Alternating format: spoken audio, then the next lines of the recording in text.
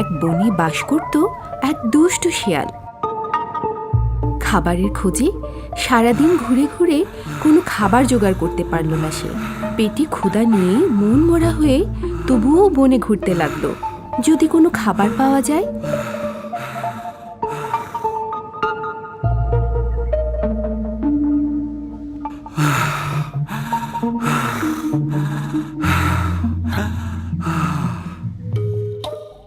হায় হায়, এখন কি হবে আমার? কোথাও তো খাবার খুঁজে পেলাম না। এদিকে তো পেটে আমার ইঁদুর ডন বৈঠক মারছে, চোখে অন্ধকার দেখছি, গলা শুকিয়ে আসছে, শরীরটা কেমন দুর্বল দুর্বল লাগছে। শেষ পর্যন্ত কিনা আমার মতো পণ্ডিত না খেতে পেয়ে মারা যাবে?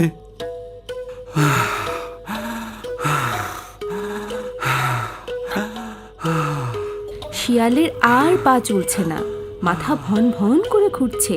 শিশি ক্লান্ত শ্রান্ত হয়ে গভীর বনে ঝোপের ভিতর গিয়ে সে বসল।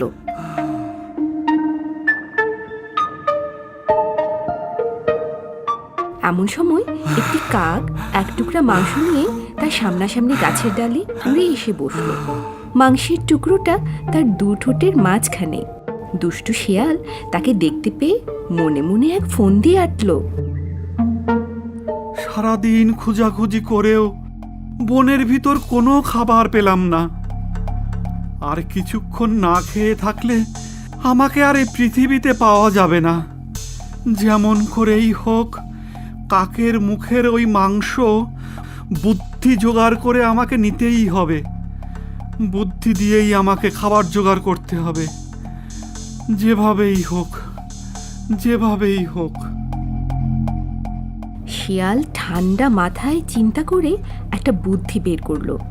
কাকের দিকে তাকিয়ে মিষ্টি করে হেসে আদুরে গলায় বলল, আহা, কাকের চেহারাটা কি সুন্দর! যেমন তার শরীরের গঠন তেমন গায়ের রং। শুধু গলার সুরটা যদি ভালো হতো তাহলে অনায়াসে তাকে পাখিদের রানী করা যেত। যখন শিয়াল এসব ছলচাতুরির কথা বলছিল তখন আসলে তার মন পড়েছিল ওই মাংসের টুকরোর দিকে। পেট যে তার ক্ষুধার জ্বালায় জ্বলছে। এদিকে এত বেশি তোষামোদ আর প্রশংসায় কাক ফুলে ফেপে উঠল। চিন্তায় পড়ে গেল সে এখন শিয়ালকে কি বলবে। শিয়াল কি সত্যি আমার রূপের প্রশংসা করছে, না আমাকে খাওয়ার জন্য শয়তানি ফোন দিয়ে আসছে? আচ্ছা, সত্যি কি আমি পাখিদের রানী হতে পারবো? আমার তো মনে হয় আমি পারবো, কিন্তু আমি তো কালো। কালো হলে কি রানী হওয়া যায়? একটু মন দিয়ে শুনি শিয়ালটা আরও কিছু বলে কিনা। কাক মনোযোগ দিয়ে শিয়ালের কথা শুনতে লাগলো। শিয়াল বারবার মিষ্টি করে আদুরে গলায় বলতে লাগলো, আহা, কি সুন্দর কাক! চোখ দুটো কি টানা টানা, ঠোঁট দুটো কত সুন্দর, পালকগুলো চিকচিক করছে, লেজটারও কোনো তুলনাই হয় না, পা দুটো কত সুন্দর। কিন্তু শুধু মুখেই কোনো কথা নেই। তাহলে কাকটা কি কথা বলতে পারে না? এত সুন্দর দেখতে কাকটা তাহলে কি বোবা? আহা, বিধাতার কি খেলা! শিয়ালের তোষামদে কাক আরো ফুলে ফেপে উঠল। সে চিন্তায় পড়ে গেল তার গলার আওয়াজ নিয়ে। তার মনে হলো সবাইকে জানিয়ে দেওয়া দরকার যে তার গলার স্বর মোটেও কারো থেকে খারাপ নয়, সে বোবা নয়। কাক এবার বিকট আওয়াজে কা কা কা করে ডেকে উঠল। কাকটি ডেকে ওঠার সঙ্গে সঙ্গে মুখ থেকে টুপ করে মাংসের টুকরোটা নিচে পড়ে গেল। শিয়াল দৌড়ে গিয়ে মাংসের টুকরো সামনে বসে কাককে বলল, ওহে কাক সুন্দরী, তোমার গলার স্বরটা যথেষ্ট ভালো, শুধু বুদ্ধিটা নেই তোমার।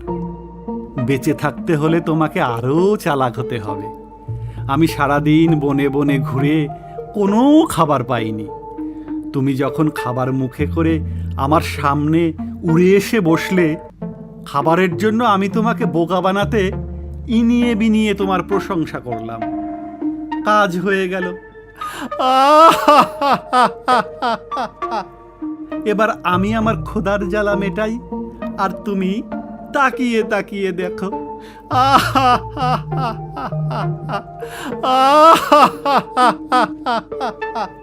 কাক হা করে শিয়ালের দিকে তাকিয়ে রইল। শিয়াল মাংসের টুকরোটা চিবিয়ে চিবিয়ে মজা করে খেতে লাগলো। নিজের বোকামি বুঝতে পেরে কাক তার নিজের চুল ছিঁড়তে চাইলো, কিন্তু চুল ছেঁড়া হবে আরেক বোকামি। নিজের চুল ছিঁড়লে নিজেই তো ব্যথা পাবে।